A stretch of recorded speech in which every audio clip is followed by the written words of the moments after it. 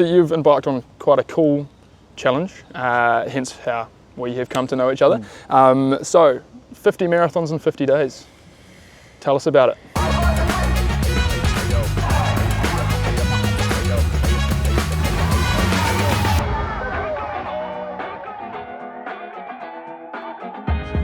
Hey guys, my name is Mitch. I'm one of the musculoskeletal physiotherapists and the co-running lead here at LDN Physio, where I'm working across the Old Street Clinic, Elephant and Castle, and recently the opening of the Fulham Clinic, where my role as the running lead is to develop the running service, where we look at all things to do with running analysis, run programming, strength and conditioning for runners, and anything that we can do to get runners performing at their best. Hey, you alright? Lucas. How you doing? I'm joined here by Mr. Lucas Cloves. Now, I'll let Lucas introduce himself in just a moment, but the reason Lucas is here, we've been working together for the past couple of months because Lucas has engaged in quite a remarkable challenge in the streets of London. So Lucas, before we get into that, tell me a little bit about yourself. Yeah, so I'm 24 to start with, I guess. I am a personal trainer based in Fulham, and sort of like I said, just a sport enthusiast. It's sort of like just all I do. Yeah, nice. All things sports enthusiast. Yeah. So obviously you've embarked on quite a cool challenge, hence how we have come to know each other. So 50 marathons in 50 days. Tell us about it. Yeah. So did 50 marathons in 50 days, all basically to raise money for Alzheimer's Society, which was something that was quite close to my heart, Sure. As I had basically both grandmas had it and then passed away from it. So sort of a way to honour their memory and kind of like Nice. try and keep things alive basically through movement, and hopefully inspire people to do their own sort of challenges similar to it, or anything to raise money for it, to help, and also just like show people that you don't need to be like some insane professional endurance athlete or anything like that to go and do this sort of thing. Cool. So sort of like, yeah, an average Joe can kind of go and do something that... And what was it about the 50 marathons in 50 days that inspired you? Was that the first challenge you thought of, or did it take a little bit of planning? It was actually the first one. It was very impulsive. Sure. It was sort of like, it kind of like came across it and I was just like, I reckon I could do that. So I thought, why not, basically. Yeah, fair. So yeah, not a lot of thought went into it. I think if I had thought about it a bit more, I'd probably... A bit more intimidating. Yeah, I'd have probably thought about doing something else, but I think like, just dive head first and see what happens, basically. Cool. Was I sort like of the game plan behind it, Cool. or lack of one. Was there a point throughout the challenge that you thought, you know, you might have bitten off more that you can chew, or? Yeah, definitely. Sure. Definitely, especially like in the first like week or so. It's actually going to be a lot harder than I thought, and like this suddenly seems something that's quite like insurmountable. But also, I think in the training leading up to it, I tried to do 2 back-to-back marathons during a heat wave. Terrible idea. And I actually got like 12k into that second marathon, and had to go like, I'm not doing this. Right, sure. Had to stop that, and then like I think the week after that, I was there being like, how am I gonna do 50 of these? Sure. Yeah, but again, it was one of those things that you take a lesson from it, you learn from it, and sort of try and ignore the evidence as much as you can. So I think sometimes there's a time and place for avoiding evidence. Sort of sure. like a blind belief. Yeah, totally. So just so the ladies and gentlemen at home can get to know you a little bit better, Lucas, on this lovely autumn day here in London, I'm just going to run you through some rapid fire questions, some icebreakers. Sure thing, yeah. Try not to think about your answer too much, just fire away straight away. All right, so first, we'll ease you in. If you could only run or race one distance for the rest of your life, what would you choose? 50k. 50k. 50k. 50k. Yeah. I wasn't supposed to ask why, but I'm going to ask why. Yeah. Less time pressure. Okay, sure. Yeah, less time pressure. Plus, like, I like being out for a while. Yeah. I think, like, if I had to do 10k's all the time, I'd lose it. It's not long enough. No. Not long enough. Okay, I like it. 2, you can only wear really, really short shorts or really tight leggings only for the rest of your running life. Are you going short shorts or leggings? Short shorts. Short shorts. Short shorts. Okay, I respect it. More of an interesting one. Do you wear underwear under your running shorts, or you free ball it? 50-50. 50-50. Okay, sure. And last one, are you a crew socks or an ankle socks, man? Crew socks. Crew socks. 100%, Yeah, nice. All right, so that's the rapid fire questions out the way. I think we know you a little bit better, maybe better than we'd thought we might. So 50 marathons in 50 days. Has your relationship with running changed at all? How do you feel about running now? To be honest, now I feel like it's a much bigger part of my life, and I think it would be a bit weird without it. So I think if anything, it's brought me a lot closer to it. Sure, cool. So you don't hate it now that you've done 2,000 kilometers in 50 days? Weirdly not, no. Sure, cool. Throughout the running journey for yourself, was there a particular motivator that got you through it? What got you out of bed every morning? I think it's thinking about what you're doing and what you said you're going to do, but also like who you're helping doing it. Obviously there's the charity aspect behind it and the people donating, and obviously they're not going to donate if you just stop getting out of bed and stop doing it. Sure. But also I had a lot of people saying during the thing that seeing me out every day helped them out get on their runs as well. So in the short term, that was also quite a good motivation. Yeah, cool. But I think it's more coming down to just doing what you said you were going to do as well. There's a sort of like a personal accountability towards that as well. Totally. Yeah. Cool. And so some of those mates, you said you almost encouraged them to get out of bed and go for a run. Did you run with them at all throughout the course of the 50 days? There were quite a few who came and joined. Obviously helps me quite a lot, with some of the boredom. It was nice to see like some people pushing past what they had previously done, and doing things that they didn't think were possible. Like I had people join me had one girl join me for her first 30k and her first marathon. Wow. In the space of like 3 weeks, I think. Cool. So that's like a nice thing. Just to be a part of that as well. Nice. And whilst we're on the subject of sort of combating boredom, audiobooks, music, what was your sort of go-to? What was through the headphones when you were running? I tried audiobooks. Okay. Couldn't get my head around it. Sure. I found I was just getting bored listening to that. Same with podcasts. I know it's not what a lot of people expect, but I was pretty much solely music. Yeah. Okay. And the occasional phone call. Sure. Yeah. What sort of books did you try? Like a 50 Shades of Grey sort of situation? Or? I tried a few different ones. Yep. I started off with just like the usual sort of like one of my favourite books is by Brian Cox, called The Human Universe. But I tried that thinking I already know the book. That would be nice to listen to. Yep. And then didn't work. I tried some more motivational ones. Didn't really get much out of that either. Sure. So I kind of just scrapped it after that. Yeah. Fair. Yeah. Okay. So your Spotify Wrapped at the end of the year might look a little bit different. It's going to be long. Yeah. Sure. It's going to be a lot of minutes on there. Any predictions? Who's artist number one? What do you think? Welcome, Lucas, to the home office, LDN Old Street. Yeah. Thank you. So in a second, we're going to play a little game where Director Nick is just going to hold up a series of photos of humans in the endurance running space, and we're going to have a brief discussion about them.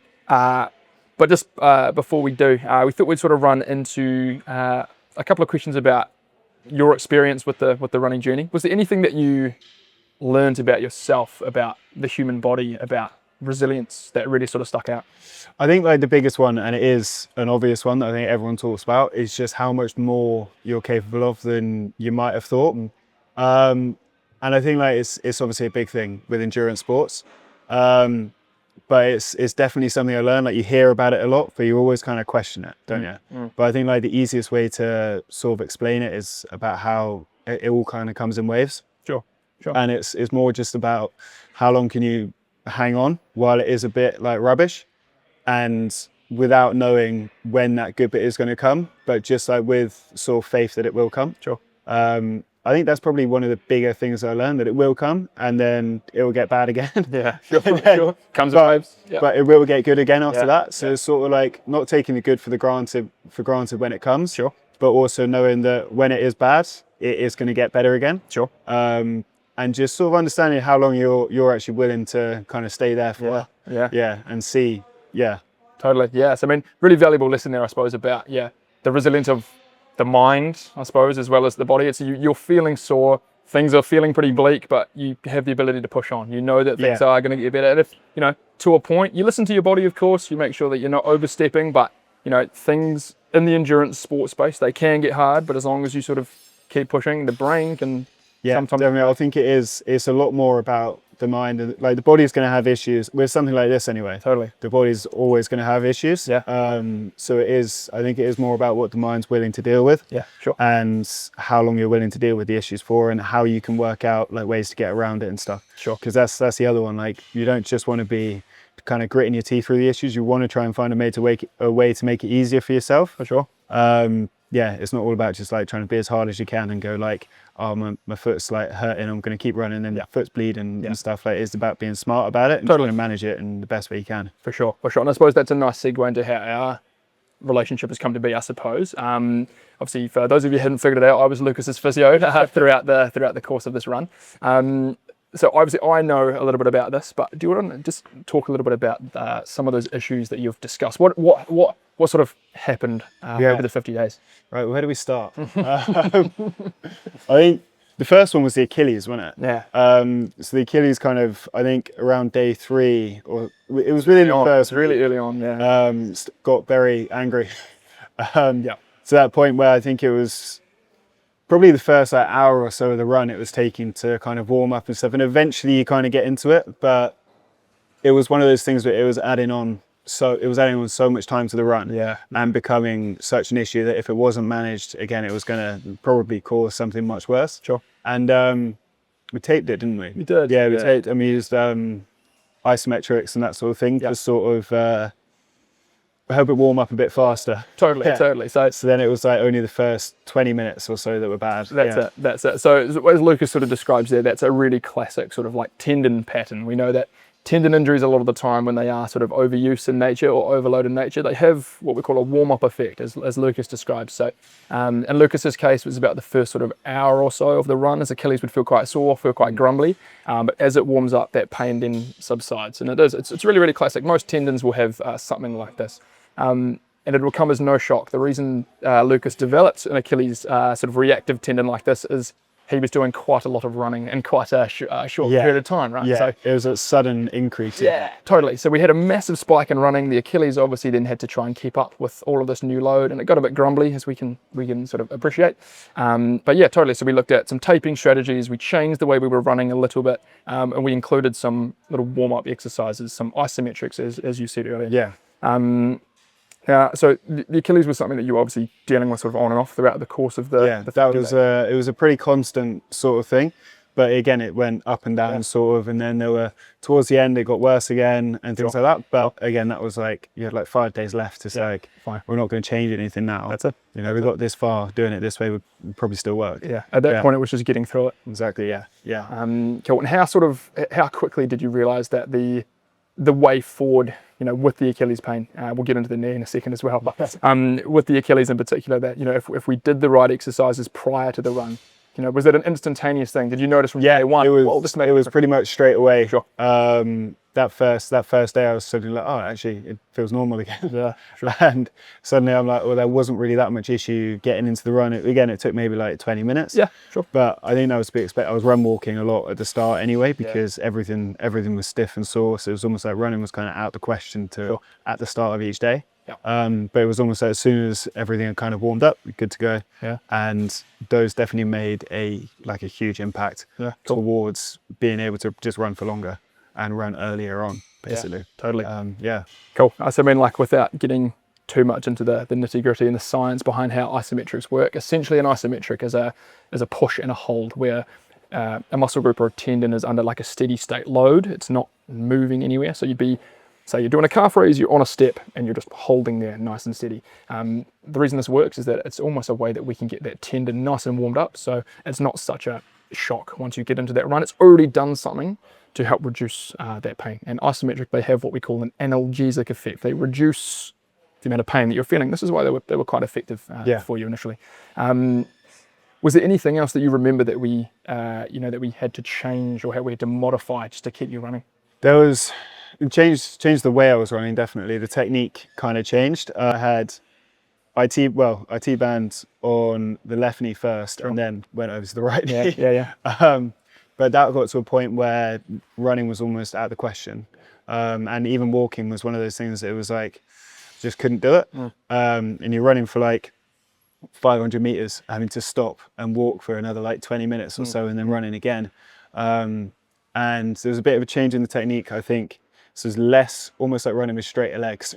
Sure. Kind of sure. To take some of the load out of that. Yeah. But also, again, we use the isometrics to kind of help that, and some taping as well, didn't Yeah, for sure. But yeah, that was a big one, the knees, because they played a huge part in basically stopping me running.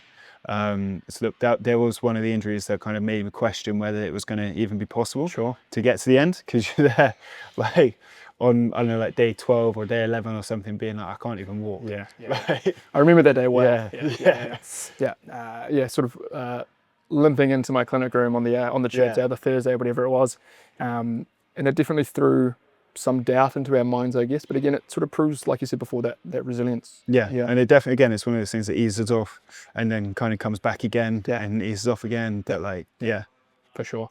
And I remember at that stage, we'd kind of decided to make some modifications to not only how you're running, but how long you were running for. We modified your pace a little bit as well. So initially, I think we might have had the expectation that our pacing and our times might have been quite ambitious at the start. Yeah, we were running quite fast. And I think it got to a point, I'd like to get your take on this in a second, but we got to a point where we threw out the idea that we had to run at, 4.5 hours or 4 hours or whatever it would be for the course of the marathon. We got to, almost double that in some cases, because it was about just slowing it down, getting through it. What was your perspective on that? Slowing it down made a huge difference. Yeah, basically. Sure. Is probably the main one. Although, like, you're out there a bit longer, so you have other factors kind of creeping in. But in terms of the knee and stuff, slowing it down made this like huge impact, where the pain was there, but it was a lot more like dull and kind of minimal in the background.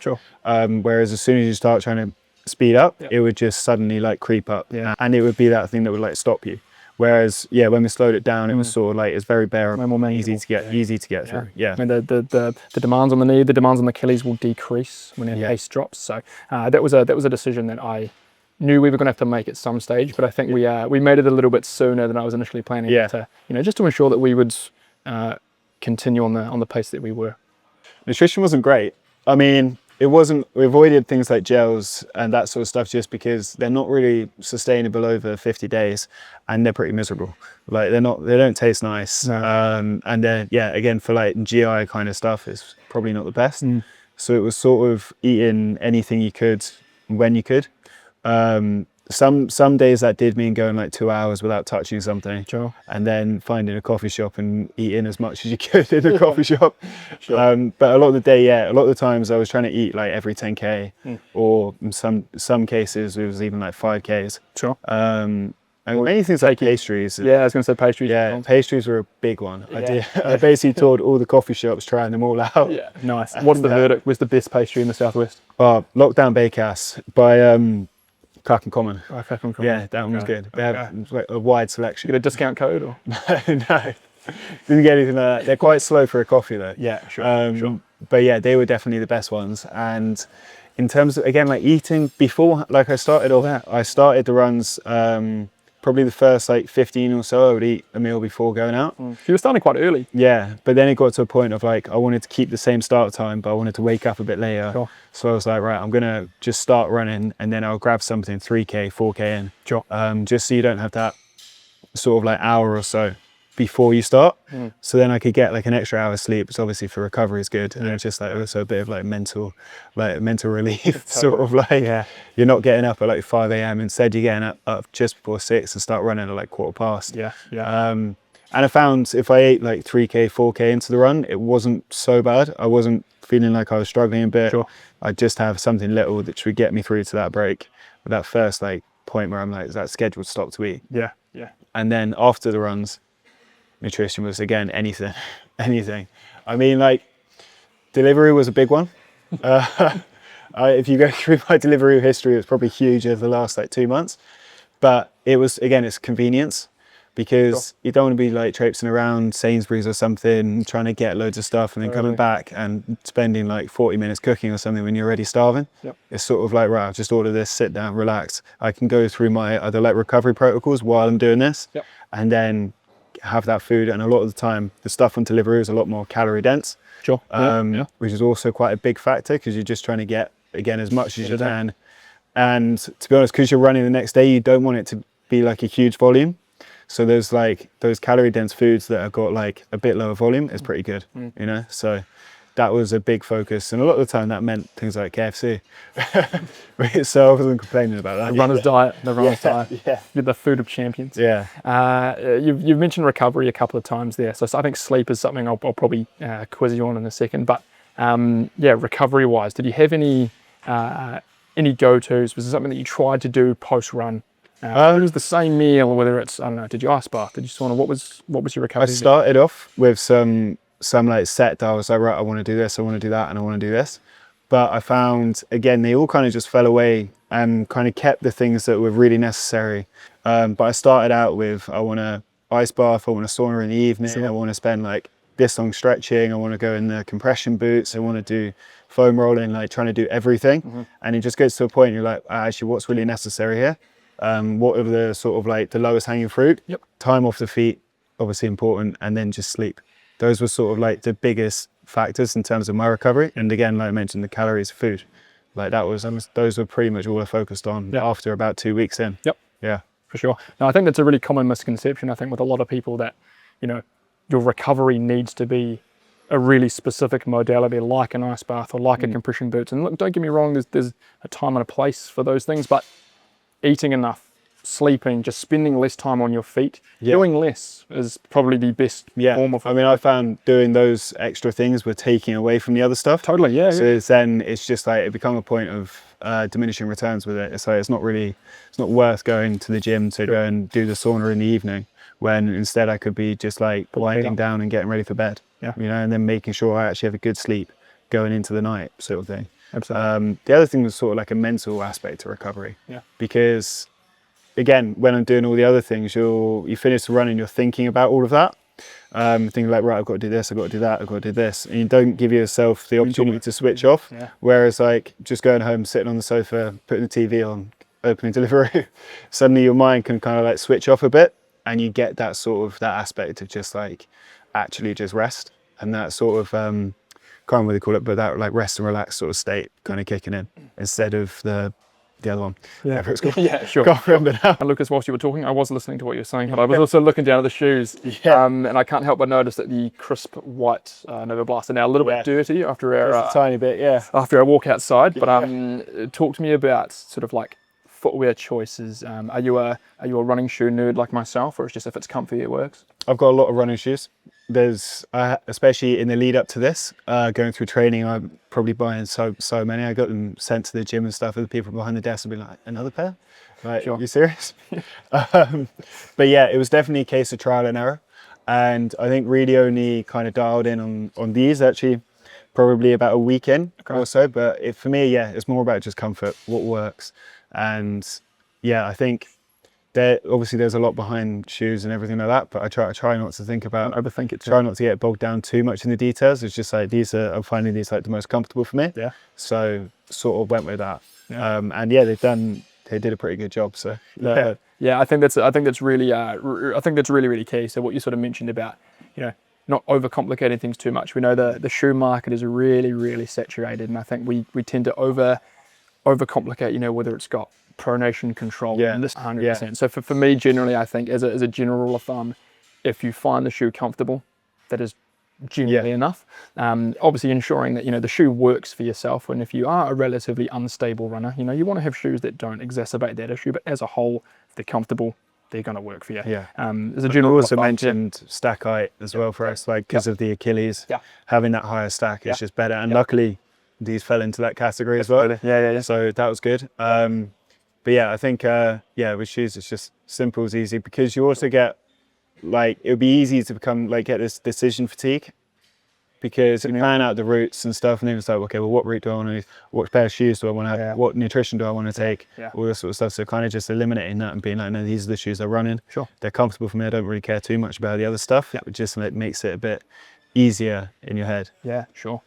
I think what you mentioned before about the Achilles is a point on that, which is really key. Like, this is where I tend to look into what we call a heel to toe drop a little bit more. So for a heel toe drop, for those of you who don't know, if the stack in the heel is higher than the stack in front, and what we're looking at for you, and the reason I wanted a shoe like this for yourself was that if we're dealing with Achilles issues and in a reactive, grumpy Achilles, having a slightly higher heel to toe drop just means that your Achilles is under less load whilst you run. So, for those of us who do deal with Achilles pain, recurrent Achilles issues when we run, it's often a good idea to run a shoe that has a higher stack, like the likes of your Nova last year. And amazing shoe. Yeah. What else did you tend to, did you gravitate towards from a shoe rotation? So you've got another actually, pair. So I also wore the Super Blast. Yeah. Nice. Is sort of, they're a bit more responsive, I found. So like, it's just mixing it up a little bit. Also just a great shoe. But these were ones I tried for the first time during the thing. Yeah. So I just heard good things and I was like, it's the same sort of shoe. They're my favourite shoe of all time. Yeah, and they were great, to be honest.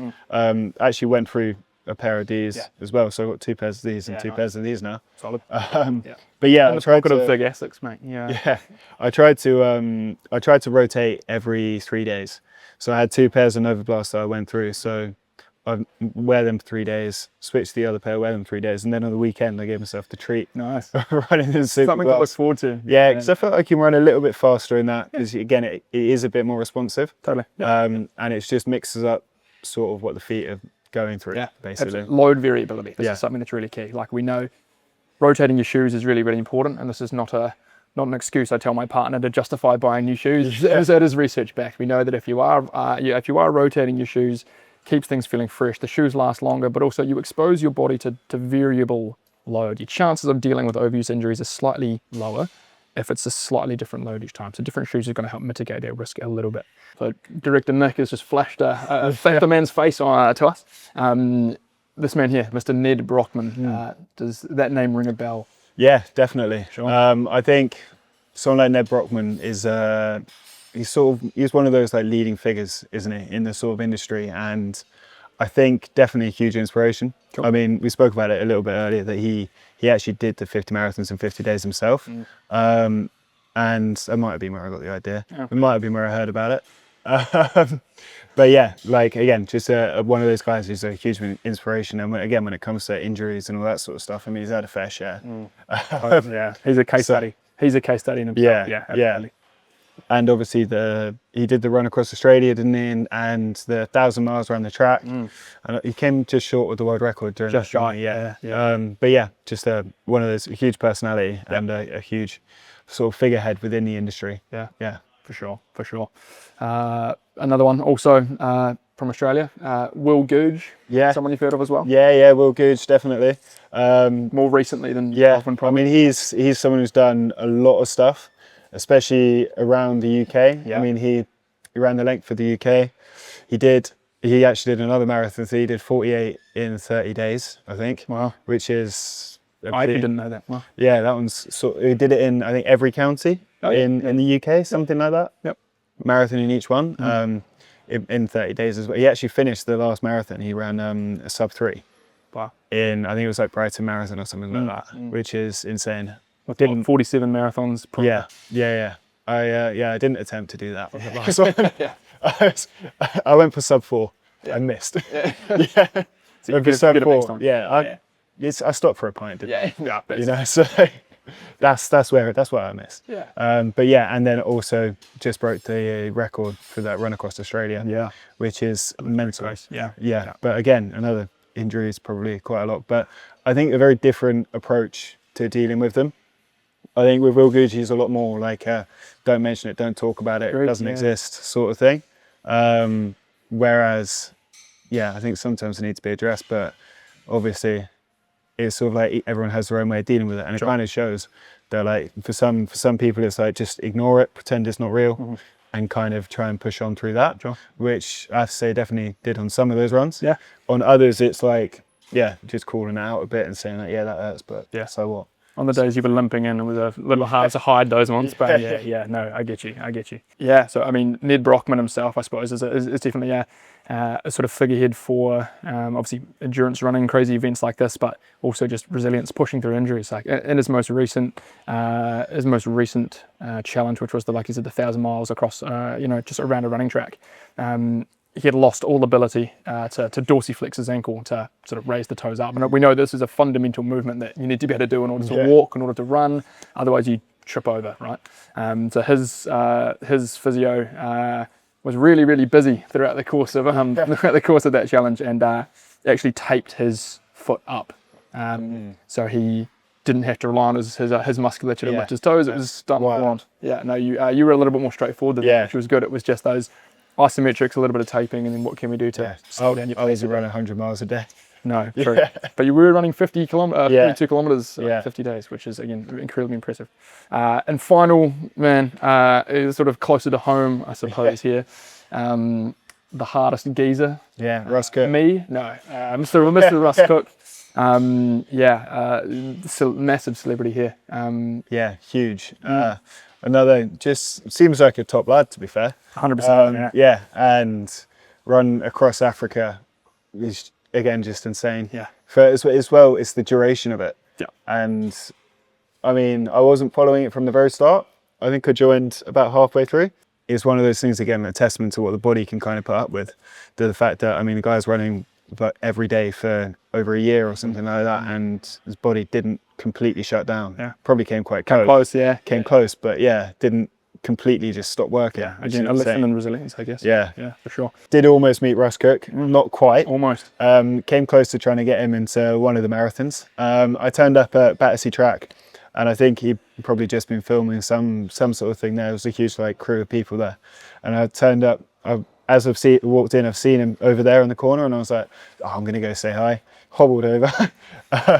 As I started getting close, he's just ducked out the back. Threatened by you, man. He knew you were coming. Yeah, okay. Yeah. If he's watching this, we'll try and get him back. Yeah.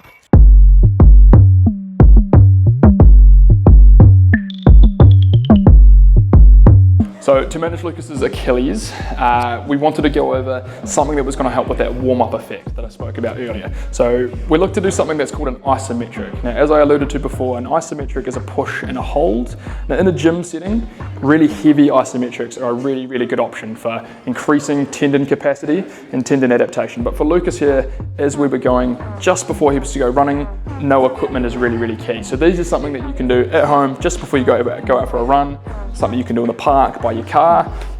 So first and foremost, we looked at something that's called a 3-stage isometric. So a push and a hold through Lucas's Achilles in 3 different ranges. So in what we call inner range, when he's right at the very top of a calf raise, at a mid-range where he's holding at a neutral position at the ankle, and then in a outer range position with his heel nice and close to the floor. So doing this on a step is really key. So we've covered an isometric. Now, another really important type of contraction that we want an Achilles to do is called an eccentric, which is the lengthening or the lowering portion of a calf raise. So in this instance, what we got Lucas doing was we were getting him to come up to the top of the range with a calf raise. He would then come off on his unaffected side and then come down really slowly at a count of 5. What this does is it allows the Achilles and the calf to control Lucas's body weight on the way down, and also helping with this warm-up effect that we've spoken about a couple of times. Now, another really key exercise for Lucas's rehab and Lucas's recovery, again, sticking with the theme of isometrics, but now focusing on his knee. So as we know, Lucas is dealing with a little bit of ITB issues, so his iliotibial band, really, really common injury within the running space. Now again, with the push and hold of an isometric, we know that IT bands, they really, really like a heavy push and hold. Now sort of focusing more on the lateral or the side of the glutes here. So what I gave Lucas was a standing, what we call hip abduction, which is where he has to raise his leg sideways into a stationary object and push as hard as he can for 15 seconds.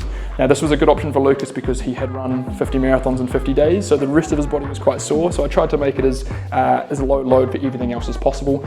Under any normal circumstance, something like a side plank is a really, really good option. The reason I didn't give this to Lucas initially is that because his glutes, his quads, his core were already quite fatigued from all the running that he was doing. I just thought that it might have been a little bit too much load, but again, side plank is a really nice option. So similar sort of setup with an outstretched leg. So driving that bottom leg into the floor, the affected side is going to be holding nice and steady. Again, an isometric contraction through the glutes, through the lateral part of the hip. With these ones, anywhere from 20 to 30 seconds is a nice ballpark. So Lucas, we've got to know a little bit about you, quite a lot about your challenge, lots of the things that you learnt.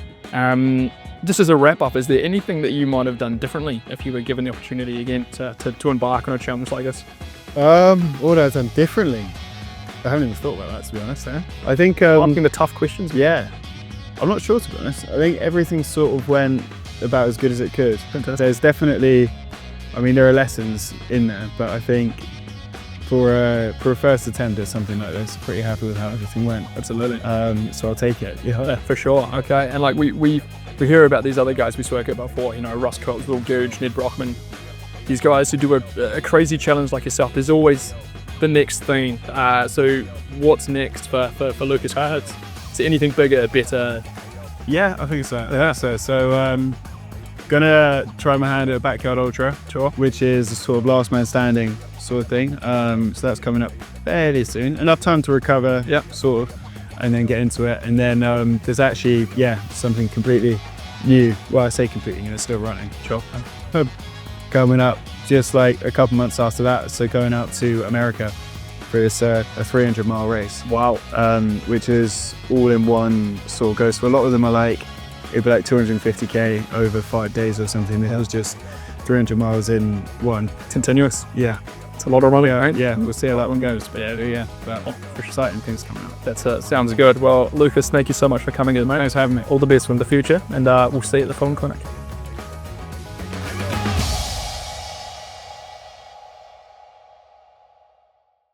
So as I said at the start of the video, I am the co-running lead here at LDN Physio, where I am partially spearheading the running service. We're here at the Old Street Clinic and soon to be at the Fulham LDN Clinic.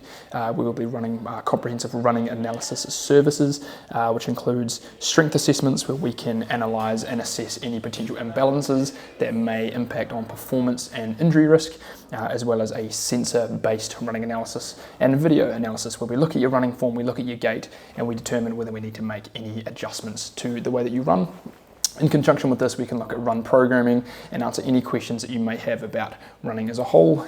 So if you are a runner or an aspiring runner and you want to take your running to the next level or address any potential concerns that you may have, we'll have some details about our running analysis on screen, or you can find out more about our service online at ldnphysio.co.uk.